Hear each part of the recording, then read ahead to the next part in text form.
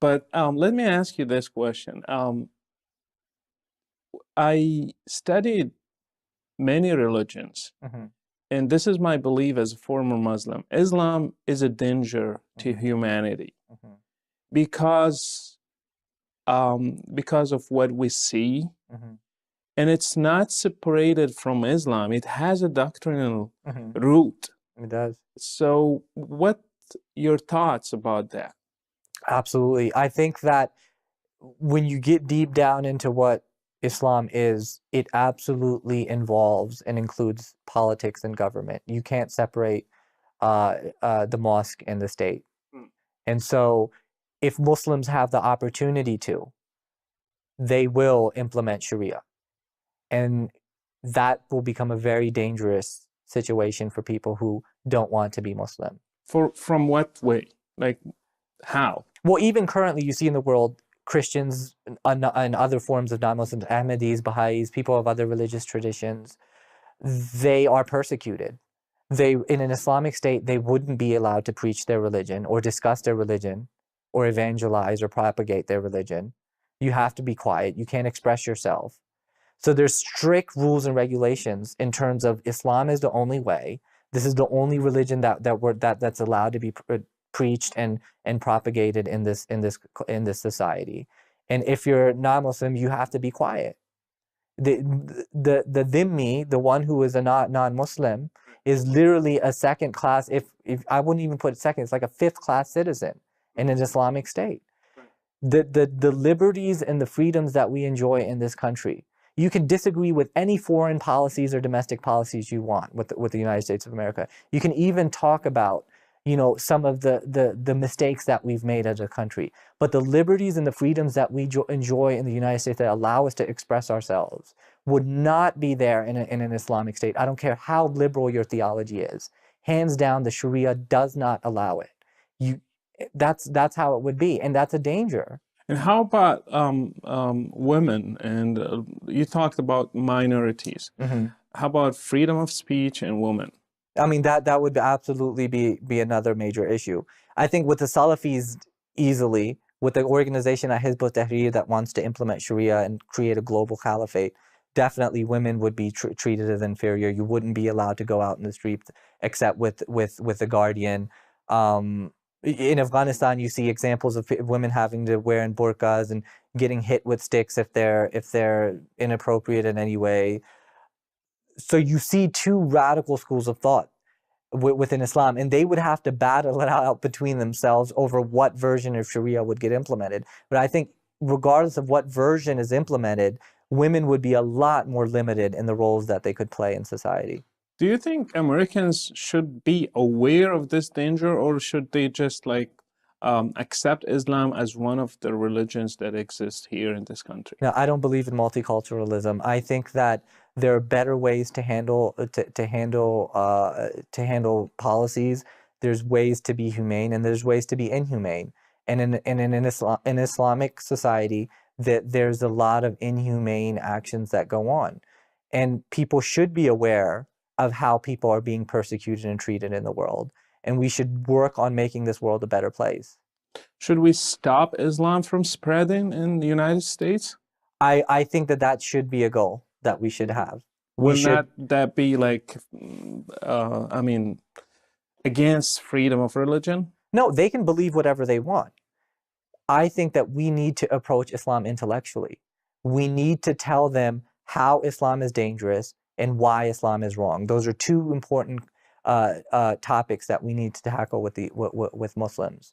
And I think that if we tackle how Islam is dangerous and why Islam is wrong intellectually, then we can reach the hearts and minds of Muslims. Peace and love. So in this video, I want to accomplish a couple of things, but probably the most important thing I want to accomplish is that I want to reach out to Muslims and let them know that I love and respect them, and I believe that Islam is a valid path for people.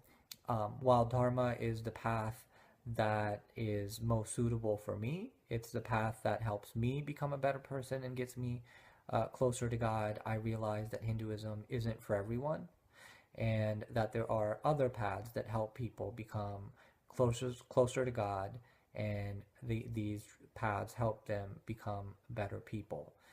And in the spirit of that, the idea is not to convert anyone to Hinduism, but rather it is to demolish exclusivity from the hearts and minds of people. That is one of my first and foremost goals that I have. And in order to do that, we have to tackle these exclusivist arguments. And this is not an agenda against Islam or Muslims. It's not an agenda against Christianity, and nor is it an agenda of conversion, but rather it is a hope that we can come to appreciate that everybody is on their own journey and that there are different paths that help people become better people and help them become closer with God. In addition, I think that it would be a true tragedy if a lot of the Muslims that I knew would ever consider leaving Islam. I think that Islam is a beautiful path that helps people become more disciplined and helps people avoid vices. It helps people connect with God. And so I have nothing against Islam or Muslims, and I hope to make that clear. And if I have to be redundant, I will. So that being said, kind of I have to clarify some of my past, right? So in looking at my past interviews, obviously the two interviews that come up is number one, the interview that I had with Rashid. It was actually recorded in 2013 and published in 2015. But in watching that interview, I agree with everything in that interview, up until the very end. And in the very end, Rashid asked me, do I think Islam is a danger? And so obviously I have repented from my statement, and I no longer hold the view that I responded with, which I said that Islam is a danger within the context of Sharia law. So here's the thing. Sharia law is not on the minds of the majority of the 1 point whatever billion Muslims that there are out there. The reality of the situation on the ground inside of the mosques is that these are normal, beautiful people who are simply following their tradition, following their parampara, right? Following what has been handed down to them, and they're trying to connect with God in their own way. These are lay people. Most of these people don't care about politics or any of the divisive rhetoric that is out there between religions and people. And in spending time at the mosque, even nowadays, if I go to the masjid, I can't resist the reality that so many of these people are so disciplined, far more disciplined than even I am or many other people that I know. And not only are they disciplined, but they have a genuine relationship with God. They have a genuine connection with God. And you experience that when you spend time in the Muslim community and get to know people. And what happens is that a lot of people who are Islamophobic, they haven't gotten to know Muslims. And so in terms of my response to that question that Rashid asked, like I said, I liked the whole interview up until the very last point where, I said that Islam is in danger within the context of Sharia law. So I take that one back. So the other interview was when Sam Shamoon had asked me, besides hell, is there any other reason why you left Islam? Or after you left Islam, how did you begin to view the Prophet of Islam? So obviously I said something along the lines of,